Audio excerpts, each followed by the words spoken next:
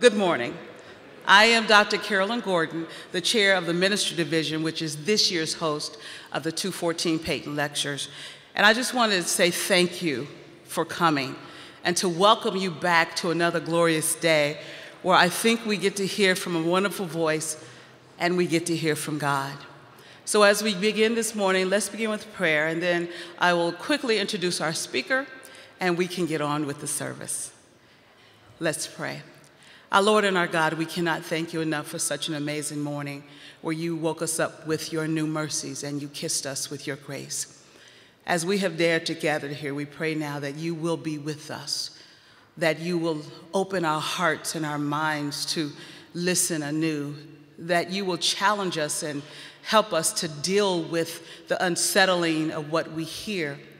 But by the end of this, we will understand more about you and about your people. So be with us now. Be with our speaker, be with our respondents, be with our seminary, be with our world.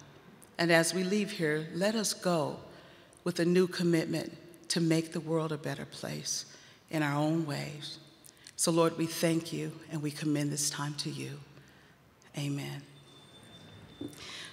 By now, you know who our speaker is.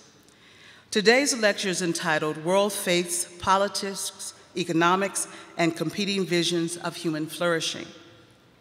Our lecturer you heard a great deal about.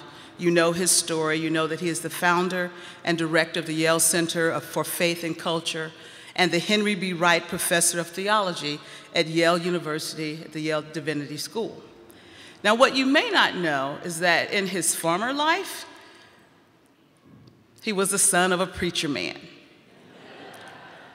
And part of that is what helped yield him and build him. At some point, if you follow his bio, and you will discover some interesting things, that at one point he went back home and he worked with his father as a writer, then guest editor, then editor of a magazine, which makes sense now because he's such a prolific writer. But I suspect during those times you were there huffing and puffing and perhaps wondering what God was really doing. You had no idea that it would help form who you are today. Many of you, as our students and graduates, have probably asked the question, can any good thing come from Fuller? Well, our guest today resoundingly answers the question, yes. And so if you have no hope, find your hope in knowing that no matter where you are in your life, that God has a plan for you. And if you find yourself somewhere that you really don't want to be, just know it's temporary. But just know it's part of formation. Even as he comes today with his voice, we give thanks to God for him. Because we do know that he is authentically Christian, he's authentically a scholar, and he's authentically an inviter to all to the table who will come and participate. So please receive now our lecturer for this hour, Dr. Miroslav Volf. We welcome you.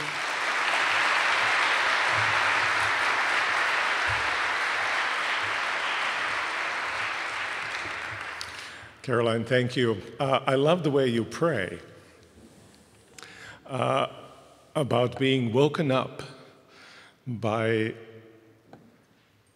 God's tender mercies, not woken up to them, but by them.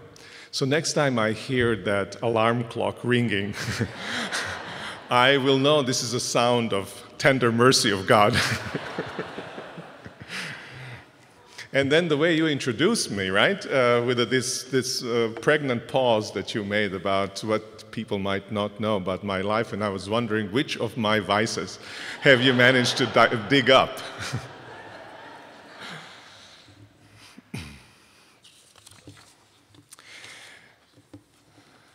So let me continue where we stopped yesterday. Yesterday I talked about the nature and character of world faiths, the 6 features that they share, also about world faiths' numerical growth and their political public assertiveness. I've noted also that this is not, this kind of resurgence of faiths, of religions, was not what was necessarily expected by advocates of secularization, by many people in fact. The idea was that faith, for one, is just plain wrong, and since it's wrong, the light of reason will dispel the darkness of error. But I think more importantly, the idea was that religions, that faiths are superfluous, that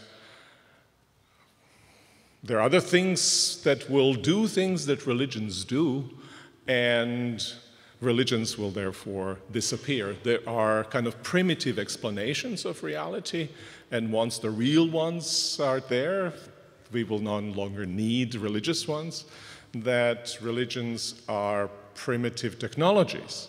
Once that we have proper technologies, we won't need religious technologies. And much of the contest between religion and our religion concerns just these two functions of faiths: their ability to explain functioning and development of the world as a whole, and also of its various elements, and their power to manipulate the world for human benefit. Do religions explain anything, or are religious explanations primitive substitutes for true scientific ones? Why would you ride in a Viking ship if you can take a Boeing 737 or something like that, right? Do blessings and miracles enhance and repair life? Or are they make-believe technologies to be replaced by those that actually do work? Now, to put the contest between religion on the one side and science and technology on the other side in these terms, it presumes that faiths, that religions, like science and technology, primarily aim at explaining and manipulating the world. The dispute between our religionists and religionists is then about whether religion or science do a better job of explaining and manipulating, or you can maybe put it this way, whether science will ever offer a fully satisfactory explanations of the world, and whether technology will advance sufficiently to eliminate the need for divine intervention. You see how it's a contest for the same territory that needs to be occupied. Now, debates framed in this way, in these terms, are vigorous today, but I think that they are partly misplaced, misdirected. They leave out of consideration the most important function of world religions. Augustine's Confessions, one of the most influential texts of any religion, opens with the following very famous line that you all know. "You move us to delight in praising you," writes Augustine, praying to God. "You have formed us for yourself, and our hearts are restless till they find rest in you." This, or some version of this, is the basic sentiment at the heart of all world faiths, whether they speak of God, like Judaism, Christianity, and Islam, or not, like Buddhism. With our feet firmly planted in ordinary realities, our hand is always reaching not for the stars, but beyond the stars into the transcendent realm. These faiths, religions, claim that stretching out to the divine realm isn't something human beings do or do not do depending on whether they are religiously inclined or not, whether they are religiously musical, as some people put it. Reference to transcendence is not an add-on to our humanity. You know, humans come in generic way, and some people have these or those add-ons, and we, peculiarly religious people, have a religious add-on to our humanity. The claim of world faiths is that this is not an add-on to humanity, but rather that it defines us as human beings. Now, step back, and then if you ask yourself, if you take this position, what's your relationship to secularization going to be? Secularization theories are predicated mostly on the idea that human beings are generically irreligious, and then you have to explain why some of them embrace religion. But if you take this position, that we are, as human beings, already open toward and searching for transcendence, then what you need to explain is our religion, rather than religion. And that shifts the whole explanatory framework. I tend to think that we find ourselves in this other situation, namely that we are structurally made in such a way that we are restless until we find our rest in God, and therefore that we are by very nature, quote unquote, religious. Now, when we come to rest in God, when we come to love God and surrender to God in faith, to formulate the matter in Christian terms, the relation to God becomes the axis of our lives. It shapes how we see ourselves as persons, it shapes how we relate to others, and it shapes what goods we pursue in life.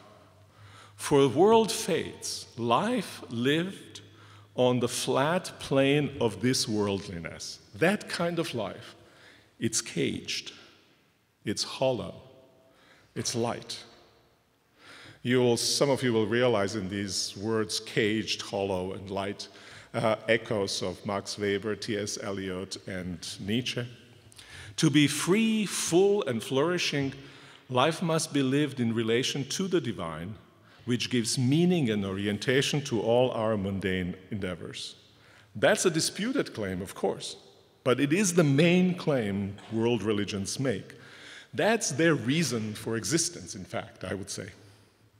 So from the perspective of religions, their central challenge, so let me put it in first-person plural, our central challenge isn't, or it shouldn't be, to gain a competitive advantage over science and technology, or at least not to lose some share of the market. World religions don't stand or fall with the ability to deliver more and better worldly goods to more people than do science and technology. Goods like health and longevity, the necessities and conveniences of life, or explanations of how the world and things in it function.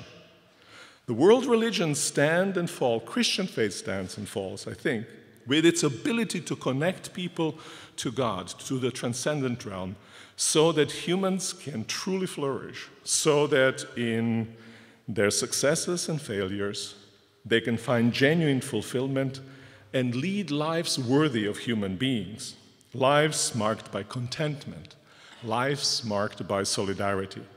This, I would argue, is what Buddha, what Hebrew prophets, what Jesus, what Muhammad, each in distinct way, were ultimately all about. Seen from the Anglo world faiths, scientific explanations do not negate the transcendent goal of human life, and technological advances do not make faith itself redundant. Rather, the transcendent goal gives scientific exploration and technological innovation truly human purpose. My argument is that Christian faith is above all not so much about explanation of reality or manipulating it, but about purposes and goals of God's goals for our lives.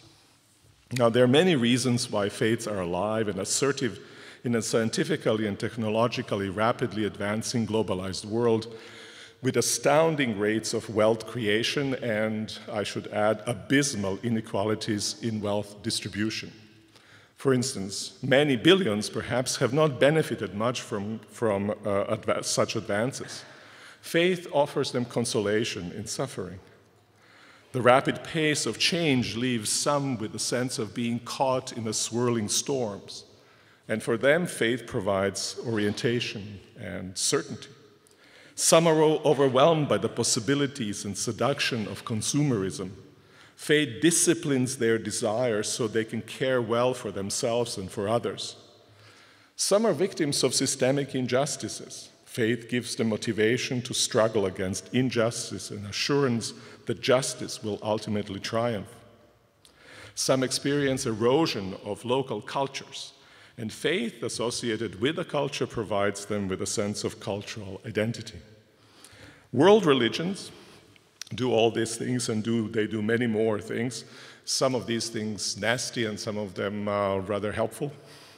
And that's the kind of ambivalence of all world faiths, as a matter of fact. And that's partly why people embrace them. But I want to contend that in all these things, and in addition to them, world religions, each in its own way, and non-reducible either to one another or to their alleged common core, all world faiths as distinct things, attend to the structural restlessness of the human heart by offering means to connect to the transcendent realm. That's the critical source of their vitality and assertiveness. Let me stop here for a moment. If what I'm saying here is true about other faiths as well as Christian faith, I think that provides a good reason for not simply engaging in disputes about the truth and falsity of each of these faiths, but also setting some common goals, because among the world faiths we share certain interests.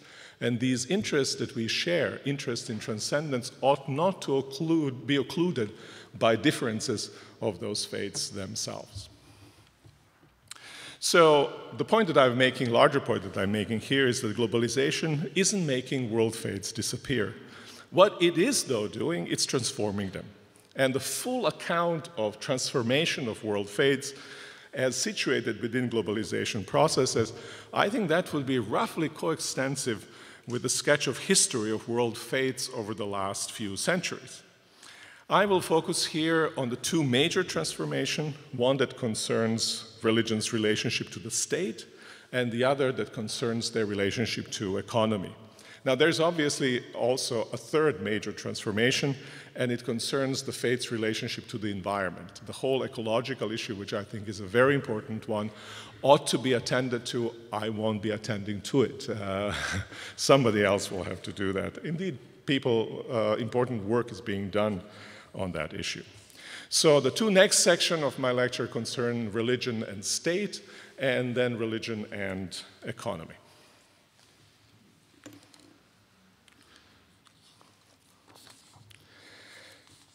Globalization, and by globalization I mean kind of increasing not just interconnectivity of all on a single globe, but also increasing interdependence, so that if you rock the boat in one place, it's going to rock the other place, so that the destiny of all human beings is intertwined.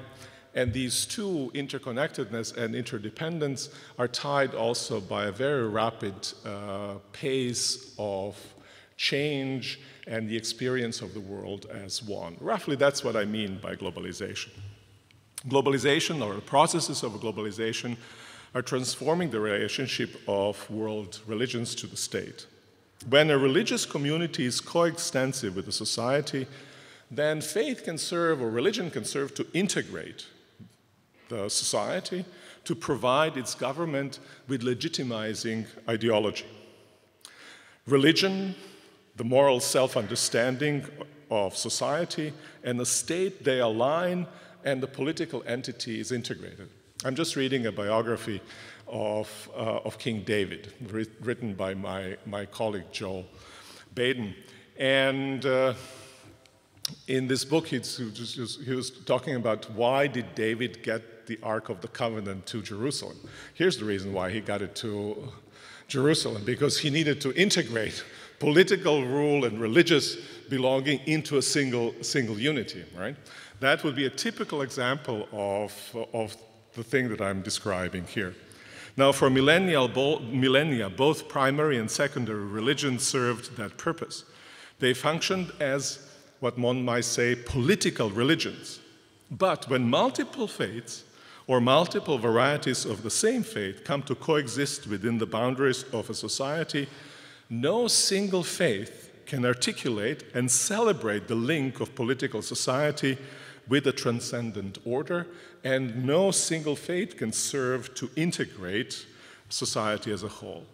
And we know that after Protestant Reformation, there was a fissure in the Western Christendom, and then it led to a slow decoupling, gradual decoupling of society from a particular religion. Progressive globalization, marked as it is by an unprecedented flow of commerce, ideas, and peoples across national borders, is transforming mono-religious societies into societies with multiple forms of religion, and our religion existing side by side. Now, the connection between a given religion and a political society is weakening everywhere, and in some nations, it is altogether non-existent. Now, I know that immediately you're going to contest what I've now said, right? And I'll do it for you. so that I can have a debate with myself. I think also that partly as a result of globalization, and partly in reaction to secular nationalism, movements are afoot in all world faiths to reassert their dominant position in the society. Buddhists in Sri Lanka, for instance, are a very good example. Unity of Sinhalese culture, language and culture, and the teachings of Buddha are foundation of Sinhalese nationalism. Religious Zionists, for instance. Or in some ways also the Christian right in the United States connects a national identity of nation with Christian identity. Probably the most important example of that is the so-called political Islam. Faith's attempt of Islam to exert influence over all spheres of life. If you read somebody like Sayyid Qutb in his book Milestones, you can then see his program articulated in the phrase, famous Muslim phrase, there's no God but God. Consequence of there's no God but God means no sovereignty except God's, no law except God's, no authority of one man over another, as the authority in all respects belongs to God. So God is it's a kind of theocratic state, right? You have the unity between politics and religion within the single space. You can see these things going on, and in some places like the Middle East right now, as a result of recent wars, you have gradual emptying of those spaces of Christian population, and therefore creation of mono-religious societies where there were none before. All of these tendencies are present in the world today. Reassertion of the sense that we ought to control, the religions ought to control the whole political space. But I think that's a deeply problematic attempt, and we should have no part in it. I think it's very much mistaken. First, the aspired dominance of faith ends up as de facto subservience. Faiths become tools in the hands of the powers that be. I think that's the history of faith's religion's association with politics. We try to come close to power. When we come close to power, we think we are close to exerting social power. In the end, we end up being tools of the powers that be. Second, faiths or religions pay for the bad bargain with the loss of identity. As I have noted earlier in the previous lecture, as secondary religion, world religions are cultural systems distinct from the state, and they form transcultural communities, marking ethno-cultural boundaries, integrating political entities, and legitimizing governments is not what these religions, as originally conceived, are about. They transcend ethno-cultural boundaries, and they address human beings qua human beings. They introduce fissure into political societies and build bridges to outsiders because they apply the same moral code to insiders and outsiders. And they stand at a critical distance from governments, seeking to align them with the transcendent norms. Close ties to collective representations of social unity, that's a cuckoo's egg in the nest of world faiths. When they see themselves as expressing the moral unity of the nation, world religions distort themselves and betray some of their signature features. And that signature feature is alignment of religion, universal values, not the particular social values, and individuals. Finally, attempts at alignment with the state aren't just compromising the identity of world faiths, they're also underwriting violence. As I've said yesterday, I think it was in discussion, I think that the main reason of religious violence is precisely alignment of religion with the political powers that be. Then religions turn into tools of the state's deployment of its own power.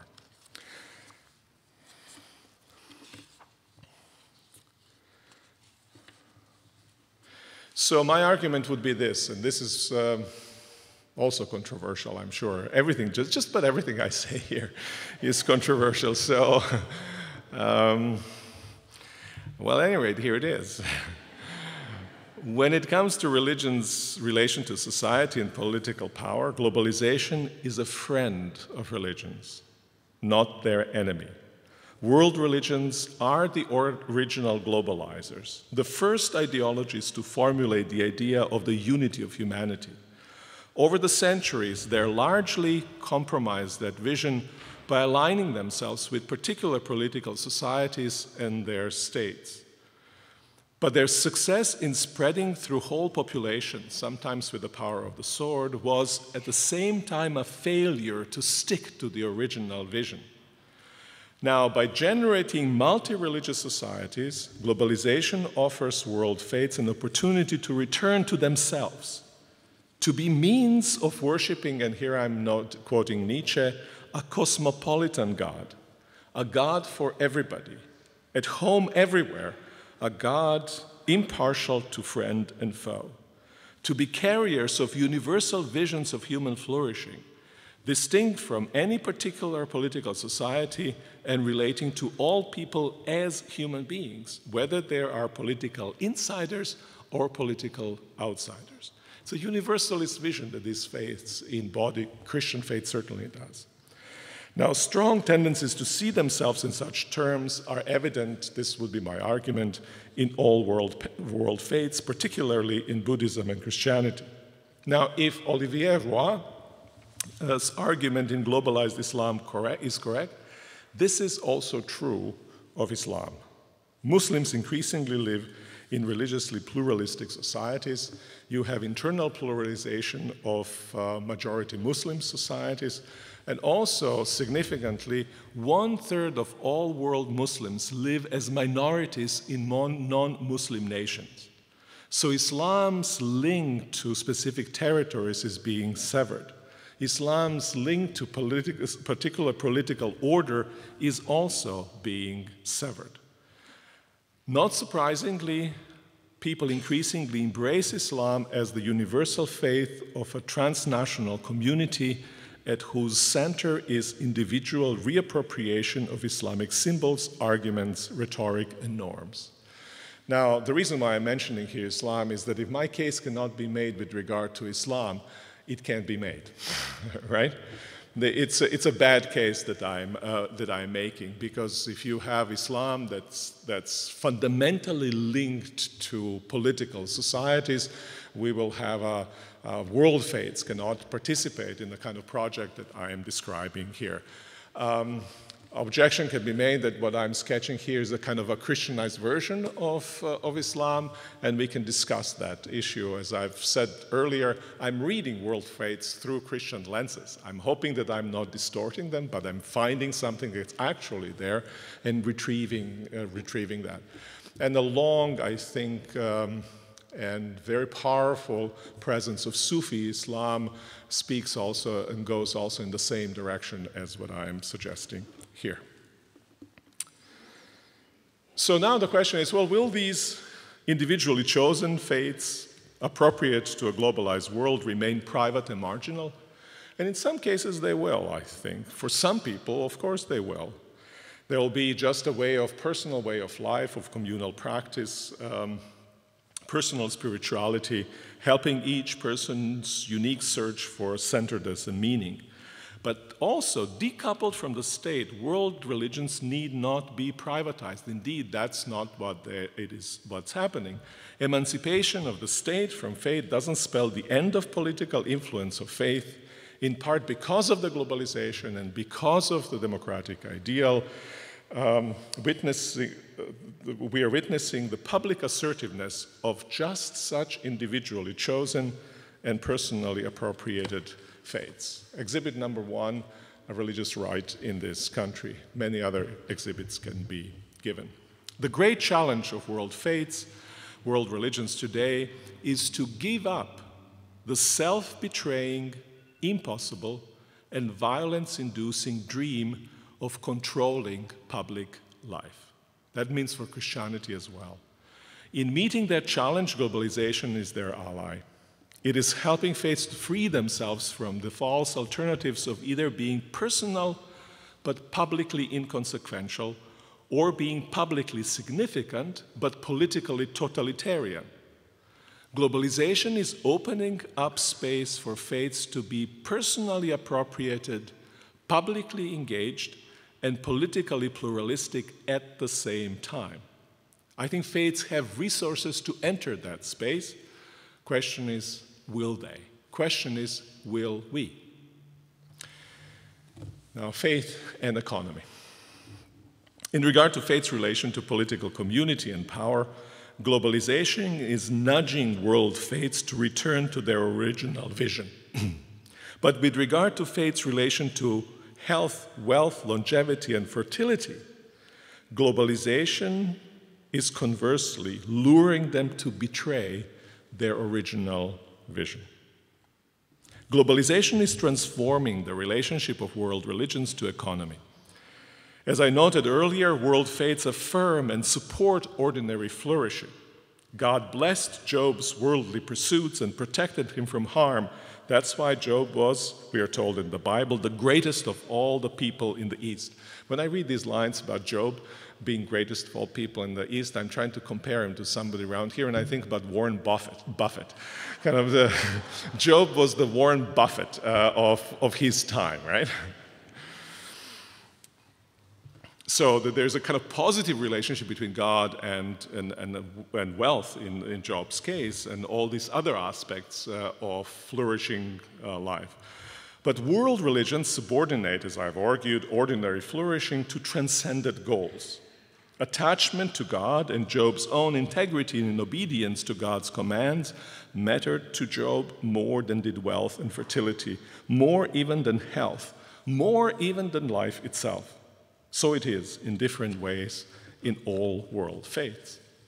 Now, in the early stages of globalization, or at least the last phase of globalization, at the beginning of its market-driven phase, faiths play a critical role in shaping the economy, at least according to some accounts. And you will be not surprised now to hear the world of Max Weber mentioned. He argued that early capitalism drew some of its spirit, the inner worldly asceticism that imposed discipline both in work and consumption, from faiths. Faith's boost to the economy occurred, though, in the framework of the primacy of transcendent goals.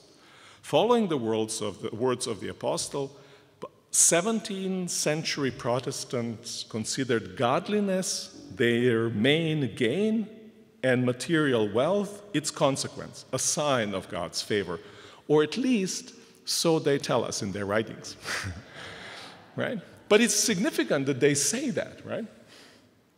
It's significant, you'll see, because it's going to be inverted pretty soon, and people aren't going to be saying that anymore. So at least they felt this as a claim upon their lives. Whether and to what extent they acted accordingly may be a slightly different matter. But this relationship between godliness and wealth wasn't stable. Godliness as gain, wealth as sign. That's the Puritan idea, right? It was always in danger of flipping into wealth as gain, godliness as means, which is a position which Apostle Paul explicitly rejected, or apostle who wrote 1 Timothy, or writer of 1 Timothy, so that you know that I'm not from the hick country of theological world who doesn't know that 1 Timothy might not have been written by Apostle Paul. Okay. Because world faiths don't set ordinary life in opposition to transcendence, but rather, in the name of transcendence, affirm the goodness of ordinary life, the temptation to turn faith into maidservant of economy was ever present. Over the past 4 centuries or so in the West, it often became irresistible. For many, concern with enhancing ordinary life gradually triumphed over attachment to transcendent goals. Today, much of engagement of faiths with economy is less about situating economy or business life, economic life, situating the economy in a human life whose goal is determined with reference to the transcendent realm, and more about the contribution of faiths that they make to economic progress. Less about situating our economic life in the context of transcendent goals of human life, and more about contribution of faith to economic progress itself. Let me illustrate this. This is a huge and major shift, often unmarked, I think, uncommented on. Religious advocates of free market, and you can see lots of books published by folks like this. I'm not adverse to some of the endeavors. Religious advocates of the free market are keen on showing that faiths have resources essential for the market economy to function well. And then there are a series of books, many, written on this, that market economy needs virtues, trust, disciplined work, hope. And religions provide them. They supply spiritual capital to complement the requisite material, financial, and other social capital. That's the serious advocates of free market economy. Now, neo-charismatic preachers, representatives of the prosperity gospel, promise that God will both empower people so they can make themselves prosperous, and then, here I'm quoting an extreme case, according to a proven wealth transfer system, even transfer the wealth of the wicked to them. Right? That's a quote. But you see again how the orientation is of faith's role in securing wealth. Even adherents of world religions who reject the market economy and embrace a more socialist vision often link faith tightly to ordinary flourishing. Many don't object to the primacy of material abundance, but to the means of achieving it, competitiveness and commodification. And they don't reject so much, or they don't relativize the importance of wealth in the scheme of a human life, but they bemoan its inequitable distribution. So it's a way you get to wealth and how you distribute wealth that's problematic, but not in any way wealth itself is not taken up as an issue. As I've heard one theologically minded representative of such theology says, but you know, it's not a problem that people have swimming pools. The problem is that not everybody has them. So everybody should have a swimming pool, right? And so that expresses this basic idea that issue is distribution, but wealth as such is not thematized in its relationship to transcendent goals or as a possible site of or as a possible expression of idolatry. Now, the interesting connection in the New Testament that happens between wealth and idolatry, I think merits exploration, especially in the context of today. Now, I don't want to suggest that in any of these examples, I gave 3 examples, faith isn't functioning merely as means to material well-being. There are other functions of faith that are recognized. But in all of them, material well-being has primacy. With immense vigor, imagination, and success on the whole, I think, globalization proceeds under the assumption that what truly matters are things of ordinary life: health, longevity, good and abundant food, many conveniences, and the pleasures that they give. Faiths are pulled into the vortex of market-driven globalization, offering themselves as means of achieving globalization's goals. Globalization relieves the pressure on world's faiths to betray themselves with regard to the state, but globalization increases the pressure on world faiths to betray themselves with regard to the economy. Market-driven globalization is tempting faiths to give up on their own deepest and most salutary insight and concern. What is that most salutary insight and concern? That they are about an account of the good life whose focal point transcends the flat plane of mundane existence and its concern for ordinary flourishing. To succumb to this temptation is to give up on the most important contribution world religions can make in a globalized world, namely to press the questions of the character of truly flourishing life and of the ultimate goal of all our desires and loves. Now, this isn't a new temptation, right? I think my argument is that today's globalization accentuates that temptation.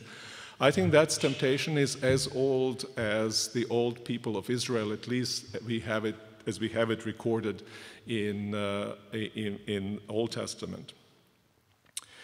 You will recall the words that Moses said to the children of Israel at the end of 40 years of wilderness wandering.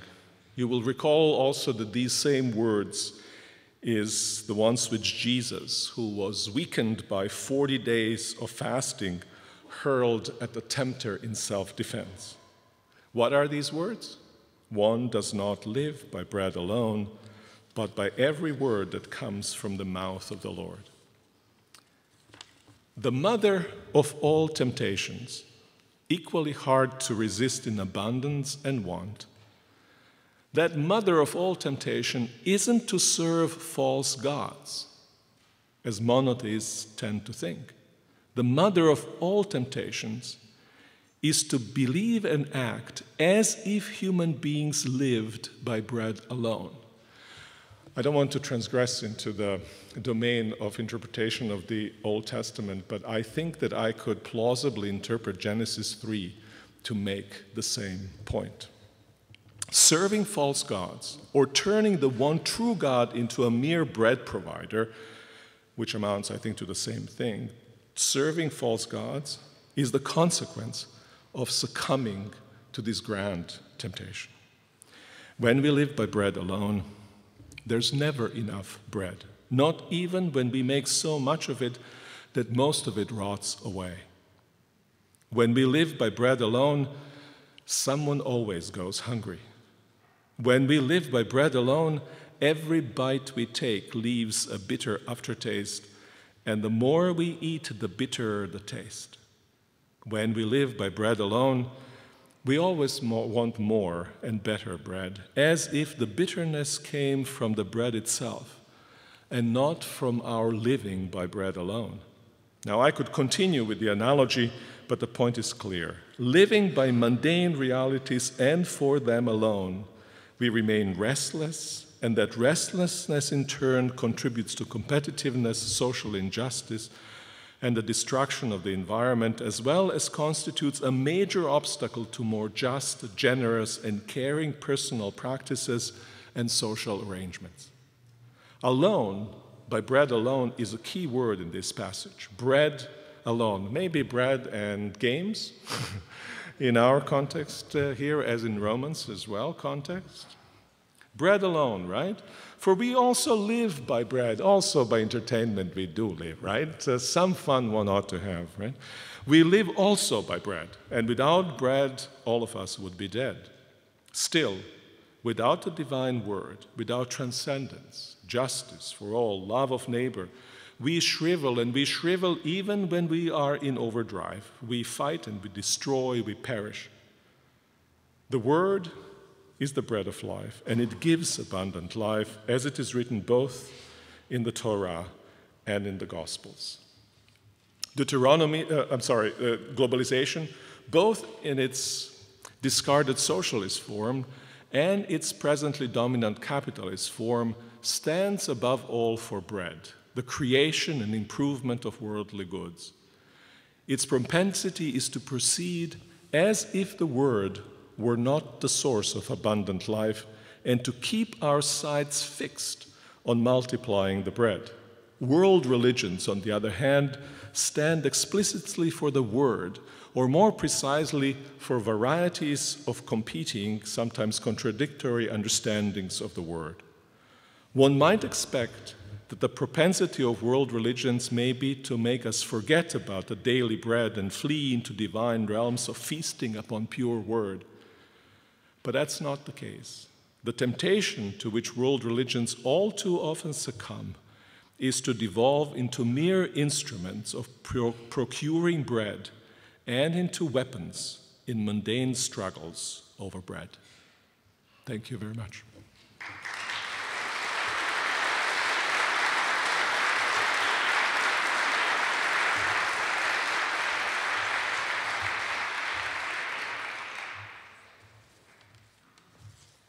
Thank you again. At this time, we will take a 10-minute break for those who need to stand, stretch, or go to class. And we'll be back to hear our respondents and then take your questions. Thank you again. Have a good day.